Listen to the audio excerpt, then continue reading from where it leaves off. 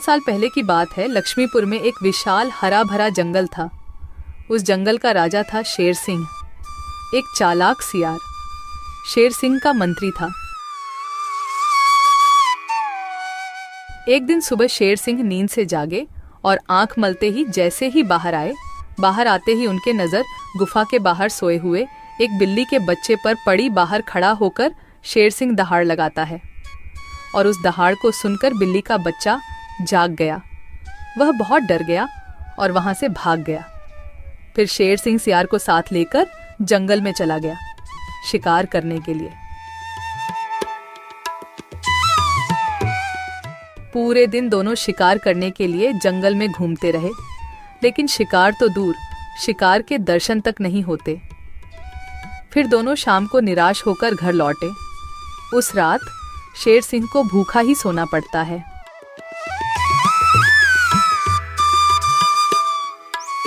अगले दिन सुबह शेर सिंह जब गुफा से बाहर निकलते हैं, तभी फिर एक बार उनकी नज़र गुफा के बाहर सोए हुए बिल्ली के बच्चे पर पड़ती है। उसे देखकर जब भी शेर सिंह दहाड़ लगाते हैं, तब बिल्ली का बच्चा नींद से उठकर वहां से भाग जाता है। तभी वहां पर दूसरे तरफ से सियार आता है। शेर सिंह की जय हो। रात कैसे गुजरे महाराज? भूखा पेट, नींद नहीं आई। आज तो किसी भी तरह एक शिकार करना ही पड़ेगा, नहीं तो मेरी हालत बहुत खराब हो जाएगी। तो शिकार पर चले महाराज। अगर हम अभी जल्दी जल्दी झील के पास गए तो वहाँ हमें शिकार जरूर मिल सकता है, क्योंकि सुबह सुबह सारे जानवर वहाँ पानी पीने आते हैं। अब जल्दी चलिए महाराज। फिर कल की तरह आज भी शेर सिंह और सियार शिकार के लिए निकलते हैं। वह पहले झील के पास जाते हैं, लेकिन वहां कोई शिकार नहीं था। फिर दोनों पड़ोस के जंगल में भी घूमकर आए, लेकिन वहां भी उन्हें कोई शिकार नहीं मिला। आज भी शेर सिंह और सियार को खाली हाथ लौटना पड़ा। महाराज, हमारे साथ ये सब क्या हो रहा है? पूरे दिन जंगल में घूमने के बाद भी कोई शिकार नहीं मिल रहा। हाँ, मैं भी तो वही सोच रहा हूँ।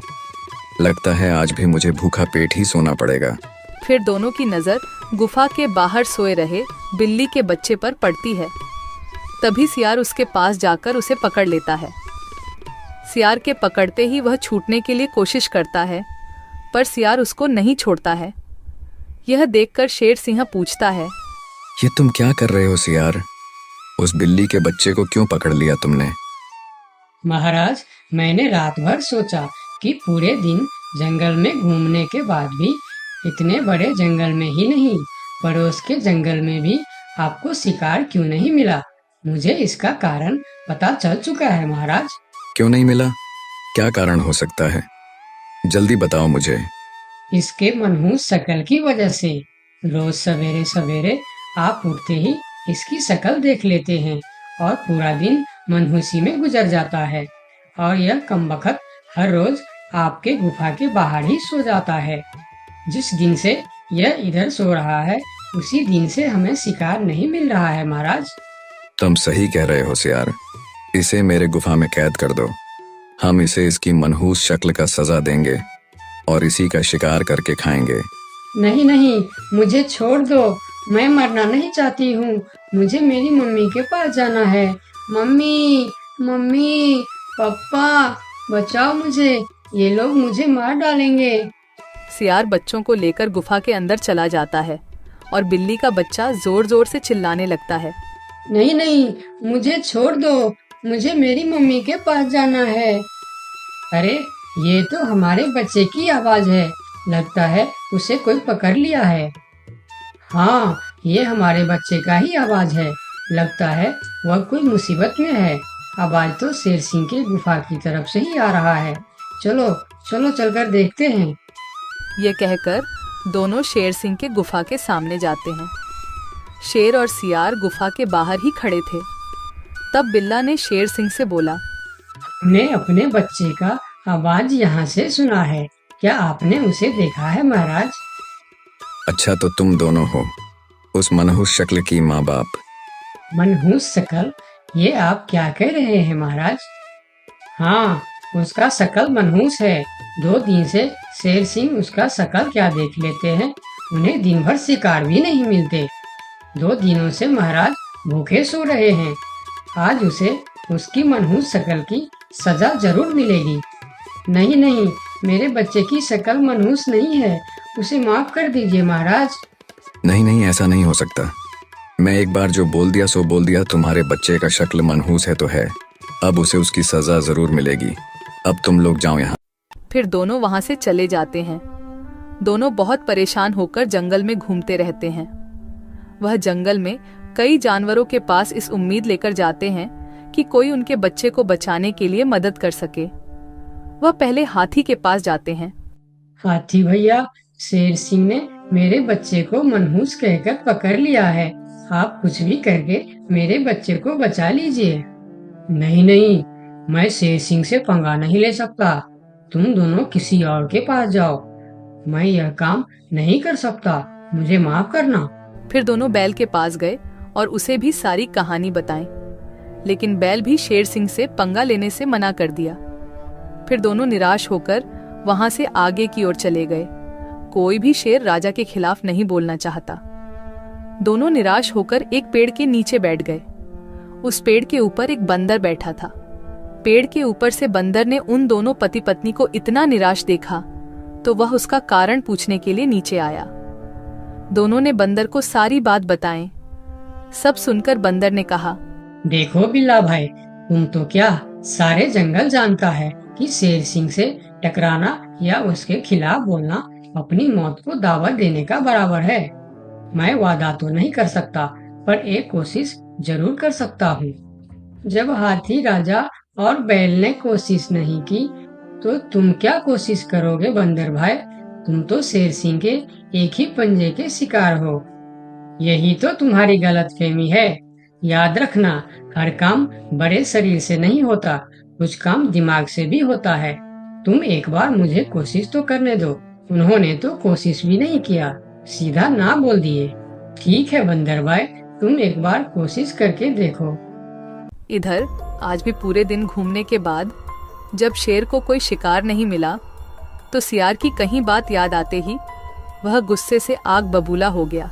अब तो मुझे भी यकीन होने लगा है सियार कि उस बिल्ली का बच्चे का शक्ल इतना मनहूस है कि मैं अगर 2 दिन और देख लिया तो मैं भूख से मर जाऊंगा।